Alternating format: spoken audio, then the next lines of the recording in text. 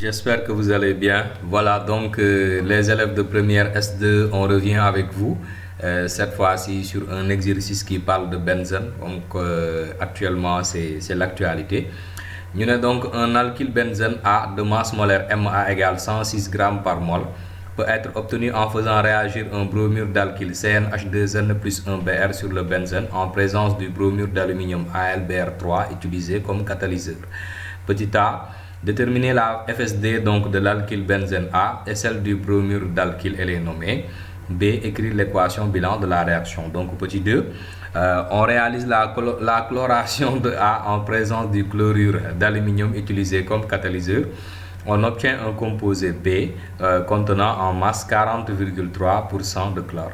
Donc avec une substitution en position para du groupe alkyle. Écrire les FSD donc des isomères, elle est nommée.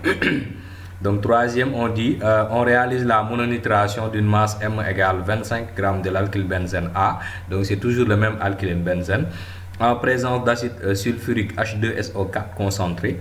On obtient un composé aromatique C comportant un groupe nitro en position para du groupe alkyle. Donc là aussi c'est clair. Petit a, on demande les conditions expérimentales et l'équation bilan, puis nommer le produit C. Petit b, on demande donc la masse M' du produit C obtenu, sachant que le rendement de la réaction est de 85%. Voilà, donc on y va pour cette correction rapidement. Alors, donc, on nous dit, voilà pour la première partie, on demande la FSD donc de l'alkyle benzène et celle du bromure d'alkyle, puis les nommer aussi. Donc ici, pour avoir une FSD, comme on a l'habitude de le dire, on passe toujours par la masse molaire, n'est-ce pas? Heureusement, ici, nous avons déjà la masse molaire, donc on va l'utiliser parce qu'on sait que l'alkyle benzène, voilà, donc il a un groupe, voilà, donc il a un noyau benzénique, c'est-à-dire C6H5, hein, donc le benzène c'est C6H6, mais avec cette alkylation de Friedel et Kraft, donc il y a eu perte d'un atome d'hydrogène. Voilà, donc après l'alkyle s'est fixé maintenant sur le benzène. Donc cet alkyle benzène aura pour formule donc C6H5 avec CnH2n plus 1 qui est donc le radical alkyle.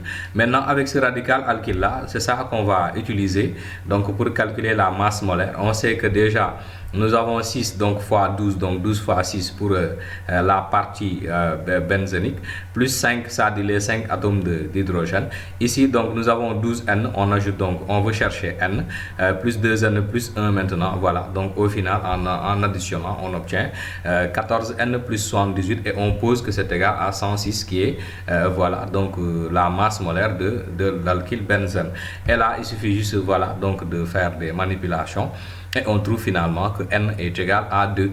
Et là, voilà, donc on demande l'équation, les formules semi-développées, autant pour moi, donc ainsi que les noms. Donc voilà, donc ici pour le nom, voilà, donc j'ai oublié, mais ici c'est l'éthylbenzène. Voilà, donc vous ajoutez que ça c'est l'éthylbenzène, éthylbenzène.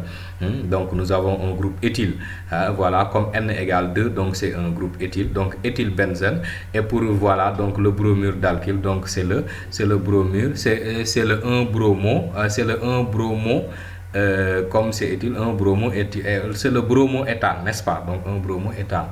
Voilà, donc il faut bien mettre les noms. Donc nous avons l'éthylbenzène et aussi nous avons voilà donc le bromoéthane. C'est bon.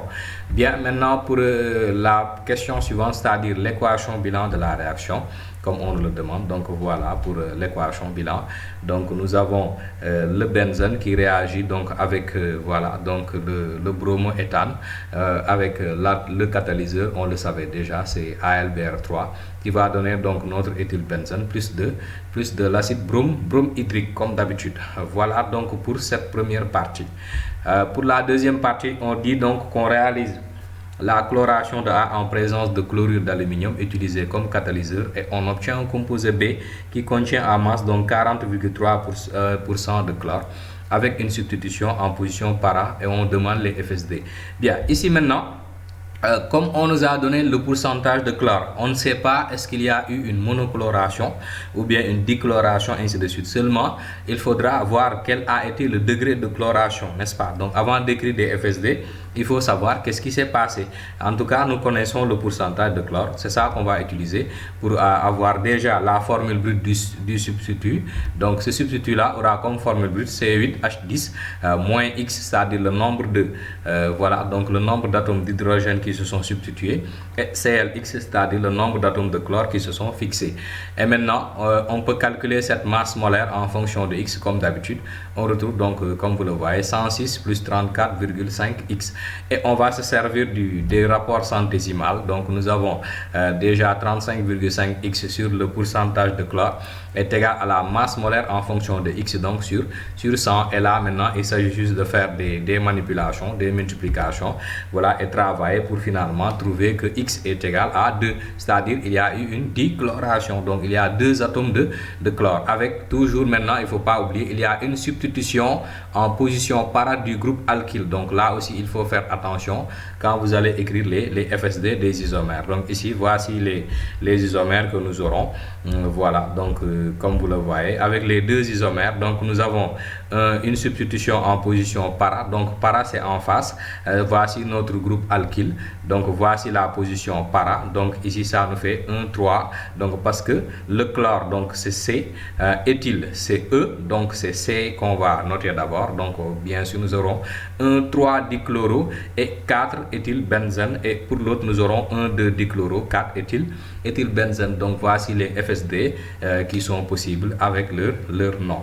Voici donc pour cette partie. Maintenant on passe à la dernière partie, donc la mononitration donc de l'alkylbenzène. On demande petit a donc les conditions expérimentales et l'équation bilan. Pour les conditions expérimentales, c'est pas compliqué.